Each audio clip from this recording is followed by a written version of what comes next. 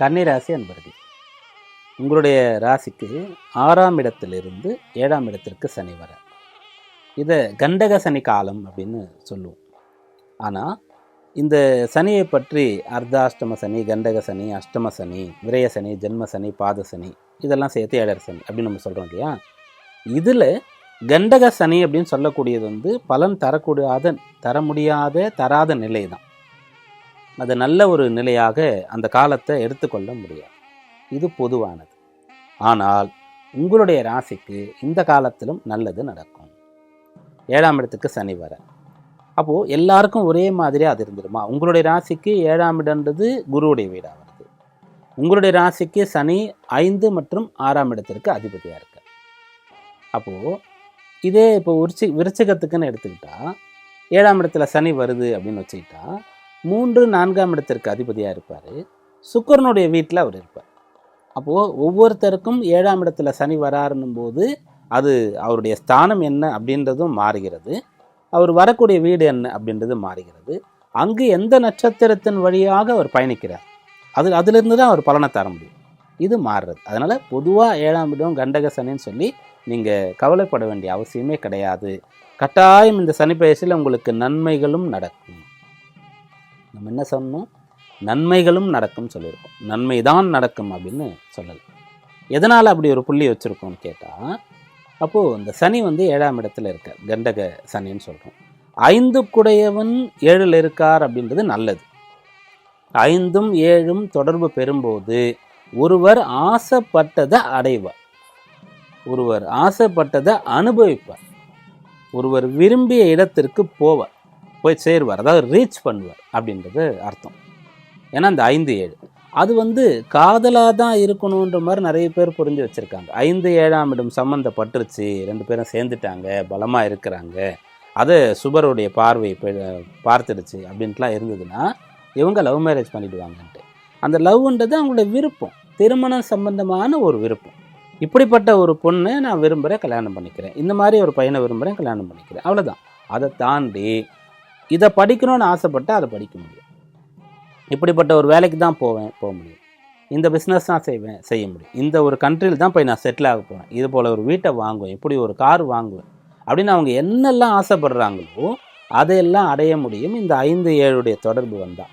அது இப்போது இருக்கிறது. 5ஆம் அதிபதி 7ஆம் இடத்திற்கு வரார். அதனால் நீங்கள் ஆசைப்பட்டதை அடைய போகிறீங்க.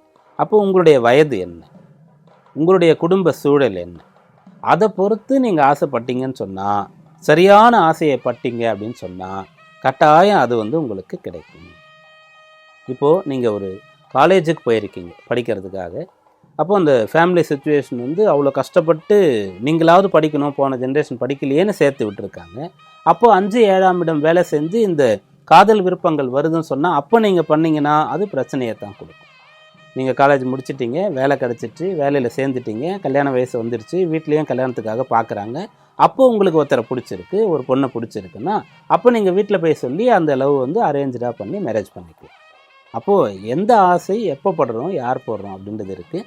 இது சரியாக இருக்கும் பட்சத்தில் சனி அதை 100% நிறைவேற்றி கொடுப்பார்.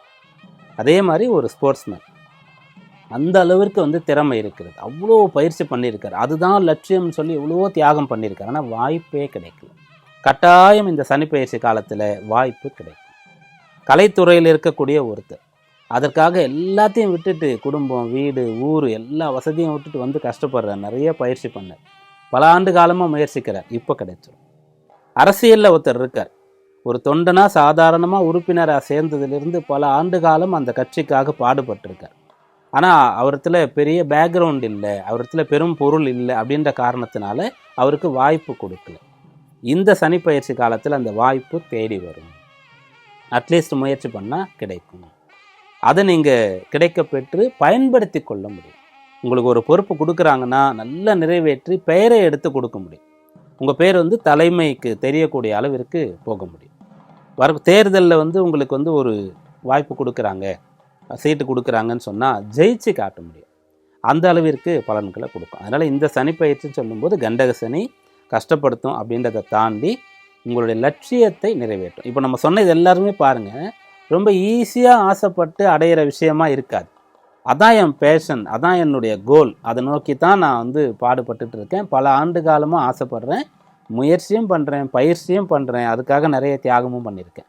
அப்படிப்பட்ட எல்லாருக்கும் கிடைக்கும். ஒருத்தர் வந்து சயின்டிஸ்டாக வர முடியும் 5-7ஆம் இடம் சம்மந்தப்பட்டதுன்னா.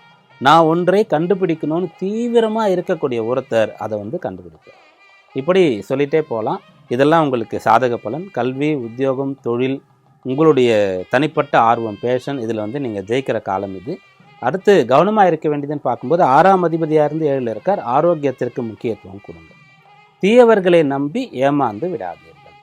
இது நம்ம முதலே சொன்ன மாதிரி பருவ வயதில் இருக்கக்கூடியவங்க வாழ்க்கை துணையை தேர்ந்தெடுக்கிறதுலையும் பொருந்தும், ஒரு பிஸ்னஸ் பார்ட்னரை தேர்ந்தெடுக்கிறதுலையும் பொருந்தும், ஒரு நண்பரை தேர்ந்தெடுக்கிறதுலையும் பொருந்தும், இன்வெஸ்ட்மெண்ட்டுக்காக ஒரு கம்பெனியை தேர்ந்தெடுத்து அதனுடைய ஷேர் வாங்குறீங்க இல்லையா, அங்கேயும் பொருந்தும். அதனால் அவசரப்பட்டு ஒன்றை வந்து நீங்கள் சூஸ் பண்ணவோ செலக்ட் பண்ணவோ கூடாது. ஒருத்தரை நம்பி ஒன்றை வந்து நீங்கள் செய்யக்கூடாது. தீயவர்களிடத்திலிருந்து நீங்கள் விலகி இருக்கணும். பார்க்கக்கூடிய எல்லாருமே ஸ்கேன் பண்ண நீங்கள் வந்து கற்றுக்கணும். அந்த ஒரு தன்மை உங்களத்தில் இருக்கும். ஏன்னா நீங்கள் கன்னி ராசி, புதன் வலுக்கிற ஒரு ராசி அது, சுக்கிரன் வீக் ஆகிற ஒரு ராசி அது. அதனால் புத்தி ஃபஸ்ட்டு வேலை செய்யும் உங்களுக்கு. அந்த ஒரு விஷயத்தை இப்போ ரொம்ப அதிகமாக நீங்கள் கடைப்பிடிக்கணும். யாரோடு என்ன பண்ணாலும், பேசினாலும், ஒரு டீல் போட்டாலும், ஒரு கான்ட்ராக்ட் போட்டாலும், நீங்கள் சேர்ந்து ஜஸ்ட் ஒரு ட்ரிப் போனாலும் கூட, பேசினாலும், ஒரு ட்ராவல் பண்ணாலும் கூட, அவங்கள பற்றி நிறைய தெரிஞ்சிக்க முயற்சி பண்ணி அப்புறம் தான் அதை செய்யணும். மற்றவங்களால் பிரச்சனை வரத்துக்கான வாய்ப்பு இருக்கிறது. அவரவர்களுடைய வயதுக்கு ஏற்றவாறு, தொழிலுக்கு ஏற்றவாறு, சூழ்நிலைக்கு ஏற்றவாறு அது வரும். இதில் நீங்கள் கவனமாக இருக்கும். வழிபாடு என்ன அப்படின்னு பார்க்கும்போது, முடியும் போதெல்லாம் திருப்பதிக்கு போயிட்டு வந்தேன். பொதுவாக நம்ம வந்து வழிபாடு பரிகாரங்கள் சொல்லும்போது ஸ்பெசிஃபிக்காக இந்த கோவில் தான் அப்படின்னு நிறைய சொல்லலை. ஆனால் உங்களுக்கு சொல்கிறோம். ஏன்னா 7ஆம் இடத்துல சனி வர, அப்படி வரும்போது அந்த சனி உங்களுடைய ராசிக்கு நன்மை செய்யக்கூடியவர். உங்களுடைய ராசி கன்னி ராசி, அங்கே சூரியன் இருக்கும்போது தான் புரட்டாசி மாதம் வரும். அது வந்து பிரம்மோற்சவம் நடக்கக்கூடிய காலம். புரட்டாசி சனிக்கிழமைகள் ரொம்ப விசேஷமாக இருக்கும். பெருமாள் சம்பந்தமான ஒரு தொடர்பு இருக்குது. அதில் திருப்பதி பெருமாள் சம்பந்தமான தொடர்பு உங்கள் ராசிக்கு இருக்கிறது. அதனால் முடியும் போதெல்லாம் அங்கே போயிட்டு வாங்க. சனிக்கிழமை நாட்களில் பக்கத்தில் இருக்கிற பெருமாளை போய் தரிசனம் பண்ணுங்கள். இந்த சனிப்பயிற்சி காலத்தில் புரட்டாசி மாதம் வரும்போதெல்லாம் விரதம் போன்ற விஷயங்களை கடைபிடிங்க. இந்த சனிப்பயிற்சி அனுகூலமாக இருக்கும்.